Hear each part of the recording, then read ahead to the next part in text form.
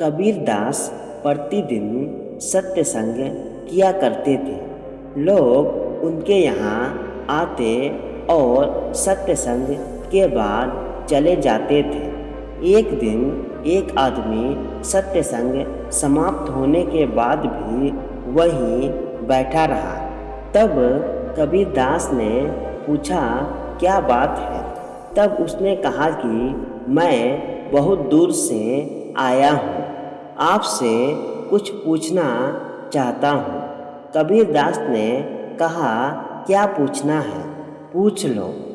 कहा कि मैं एक शादीशुदा आदमी हूँ। मेरे घर में पति पत्नी में हमेशा झगड़ा होते रहता है। वह कैसे दूर हो? कबीरदास कुछ देर चुप रहे, फिर अपनी पत्नी से कहा, लालटेन जलाकर लाओ। उसकी पत्नी लालटेन जलाकर लेकर आई और उनके पास रख दिया। वह आदमी भी वहीं बैठा था और सोचने लगा, इतनी दोपहर में लालटेन लाया है। लालटेन अपने पास रखकर पत्नी से कहा, 2 गिलास दूध भी ले आओ। दूध भी आ गया। कबीरदास ने एक गिलास उस आदमी को दिया और एक गिलास खुद पी गए। दूध में नमक पड़ा था। दूध पीने के बाद आदमी ने सोचा कि दूध में नमक पड़ा था, फिर भी इन्होंने चुपचाप पी लिया। मैं कहाँ फंस गया?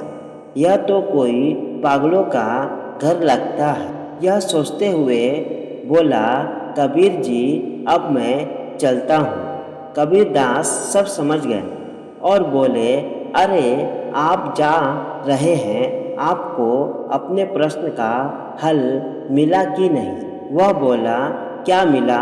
कुछ नहीं। कबीरदास ने कहा, मैंने दोपहर में लालटेन मंगाया तो मेरी पत्नी पूछ सकती थी कि इस समय लालटेन की क्या ज़रूरत है। दूध में नमक था, लेकिन मैंने उसे पी लिया।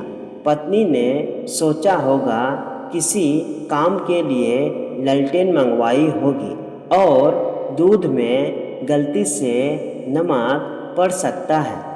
इसमें झगड़ा की क्या बात है? तुम भी एक दूसरे की बात समझो तो झगड़ा नहीं होगा।